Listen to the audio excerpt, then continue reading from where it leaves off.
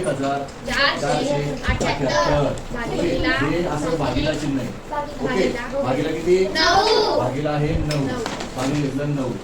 पुन्हा मग आता या ठिकाणी 9 1 9 9 2 18 9 3 27 9 4 36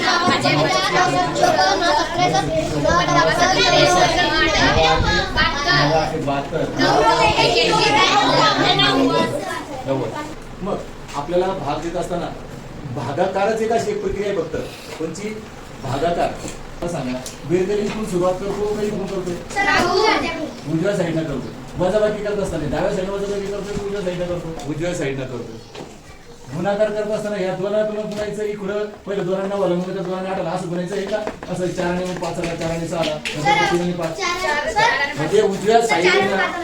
ओके, लक्षात ठेवा, भागाकार या प्रक्रियेमध्ये ही डावीकडून क्रिया होत असते फक्त, आणि इतर या बेरीज वजाबाकी आणि गुणाकार या क्रियेमध्ये आपल्याला उजव्या साईडनं डाव्या साईडला करत करत यावं लागत असते. लक्षात ठेवा.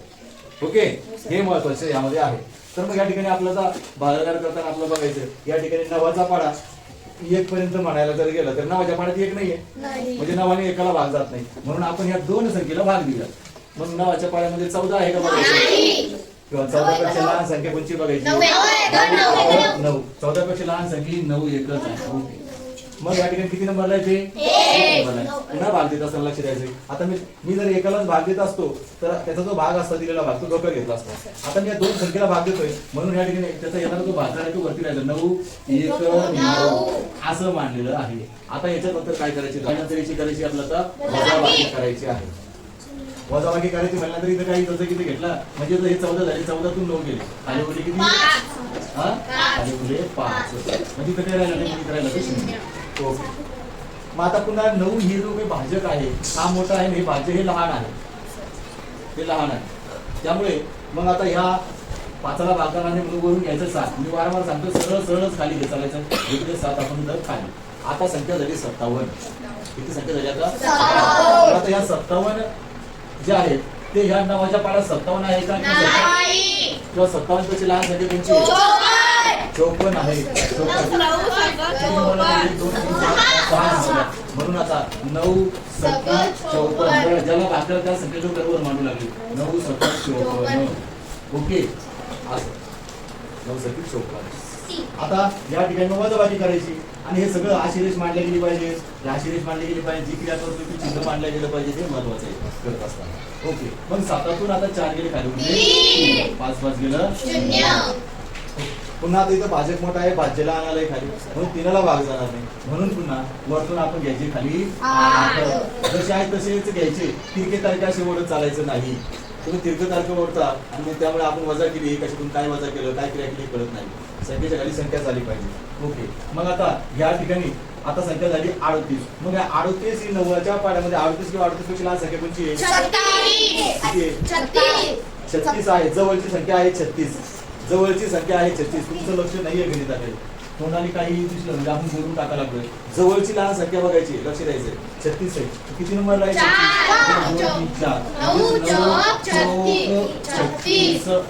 36.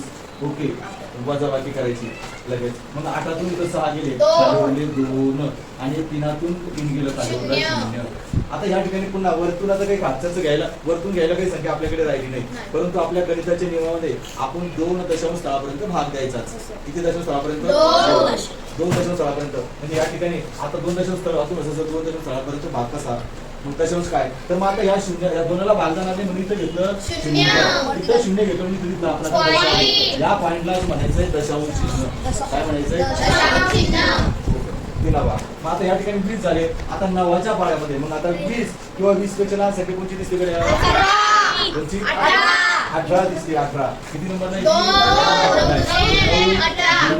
18. ओके, चला वजाबाकी करायची. आता शून्यातून मुलांना हे वजाबाकी करत असताना पण मुलं चुकतात नाही, चुकतात. मग आता शून्यातून जाणारे ह्या 2तला किती घेऊन टाकला आपण असा, म्हणजे झाले 10. आता इथं काय राहिलं समजा, इथं राहिला समजा फक्त ये, असं मांडलंय मी तुमच्यासाठी. मग इथं राहिला ये. मग आता या 10तून 8 गेले खाली, 2, आणि 1 राहिला, म्हणून आता तुम्ही केली 0.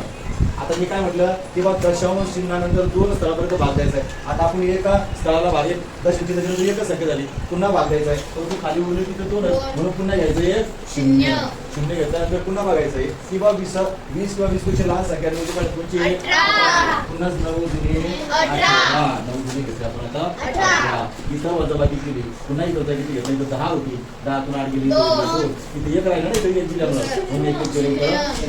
मग आपल्याला आता या ठिकाणी दशांश चिन्हाच्या 2 स्थळापर्यंत भाग द्यायचा कारण याच्यानंतर किती भाग देत आलो तर आपल्याला 30 संख्या येत चालेल. अशा प्रकारे आपल्याला दशांश चिन्हाचा सुद्धा भागाकार करता आला पाहिजे. असा भागाकार तुम्हाला करायचा. ओके समजला? थांबायचं मग ओके. मग आता आपलं भागाकार करताना आपल्याला काय करायचंय लक्षपूर्वक काय क्रिया चालली इकडे आता सरांची तिच्याकडे लक्ष द्यायचंय. बघायचंय आपलं आता या ठिकाणी मी हेच गणित 2 पद्धतीने मांडणार 2 पद्धतीने करणार. बघा हेच गणित मी काय करतो या ठिकाणी बघा इथं ठेवते बघा 2 3 4 5 बघा तुमच्यासाठी म्हणून ठेवतो इथं भांडे घेतले 3. आता तुम्हाला समजावं म्हणून ना कसं लक्ष द्या. बघा आता जो भाग देत असताना एका संख्येला भाग द्यायचा. एका संख्येला भाग कधी द्यायचा आहे जर समजा हे 2 आणि त्याचे समजा हे 2 इथची संख्या जर सारखी असेल किंवा मग ही मोठी आणि ही लहान असेल. आता हे 2 सारखे बघा भाग जाईल तर 2च्या पाड्यात 2 आहे 1 नंबरला बे एक घेतले आपण बे घेतले आपण बे बरोबर 2 गेले की 0 सारख्या असल्या कारण एकाचा भाग बसला 2 तो 0 चाललाय. आता याच ठिकाणी बघा 3च्या पाड्यात 2 नाहीये.